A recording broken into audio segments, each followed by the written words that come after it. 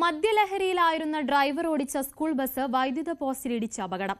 ഓച്ചിറ വലിയകുളങ്ങര പനക്കിൽ ജംഗ്ഷനിൽ കുട്ടികളുമായി വന്ന സ്കൂൾ ബസ്സാണ് ഇലക്ട്രിക് പോസ്റ്റിൽ ഇടിച്ചു കയറിയത്.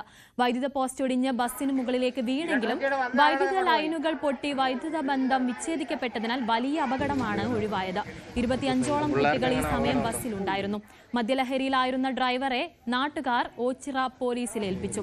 Kayamkulam Kattachira John F Kennedy memorial vocational higher secondary school ബസ്സാണ് അപകടത്തിൽപ്പെട്ടത്. അപകട സമയത്ത് ബസ്സിൽ കുട്ടികളും ഡ്രൈവറും മാത്രമായിരുന്നു ഉണ്ടായിരുന്നത്. കുട്ടികളുമായി യാത്ര ചെയ്യുമ്പോൾ ആയ ഉണ്ടായിരിക്കണമെന്ന വ്യവസ്ഥയും പാലിച്ചിരുന്നില്ല. ഓച്ചിറ പോലീസ് കേസെടുത്തു. കോഴിക്കോട് എടവണ്ണ കൊയിലാണ്ടി സംസ്ഥാന പാതയിൽ മിനി പിക്കപ്പ് ലോറി നിയന്ത്രണം വിട്ടുമറിഞ്ഞ അപകടം. മുക്കത്തിനടുത്ത് നോർത്ത് കാരശ്ശേരിയിലെ മാടാമ്പുറം വളവിലാണ് അപകടമുണ്ടായത്. വാനിലുണ്ടായിരുന്ന 2 പേരും പരുക്കേൽക്കാതെ രക്ഷപ്പെട്ടു.